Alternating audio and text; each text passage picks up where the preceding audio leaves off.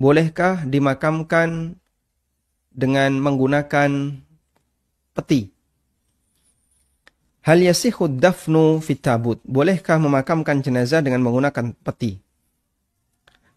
Ajma'al fuqaha, ulama sepakat bahwa memakamkan jenazah menggunakan peti mayit, makruhun, hukumnya yang dibenci. Hukumnya makruh, dibenci.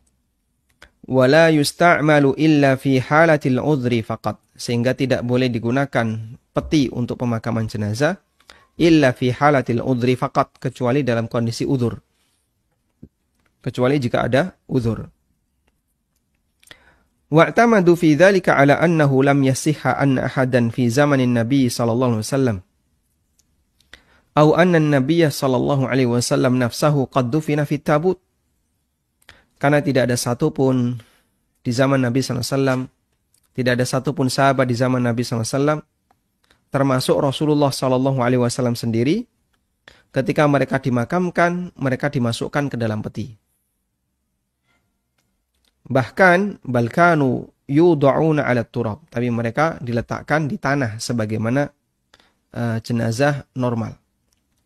Dan tidak ada riwayat yang sahih bahwa Nabi SAW memberikan keringanan hal itu, ya, atau melarang hal itu. Namun sebagian ulama membolehkan menggunakan tabut, menggunakan peti, jika tanahnya adalah tanah yang mudah longsor. Karena jasad mayit gampang rusak, ya, atau karena sebab yang lainnya, atau termasuk misalnya adalah korban kebakaran atau korban atau mayit yang ditemukan setelah sekian hari sehingga jasadnya sudah berbau, maka boleh dimasukkan ke dalam selongsong jenazah lalu ditutup dan tidak boleh dibuka. Waqalu, dan mereka mengatakan jika terpaksa melakukan seperti ini, wasunnatu ayyaftarisha fit tabut at-turab, dan dianjurkan agar di dalam selongsong jenazah tadi ditaburi dengan tanah. Sehingga mayat dimasukkan ke dalam selongsong seperti yang sering kita jumpai. Tim SAR untuk kejadian-kejadian bencana ketika mereka mengevakuasi jenazah setelah 3 hari, 4 hari baru ketemu. Nah, tentu saja badan mayat itu akan menjadi gampang rusak.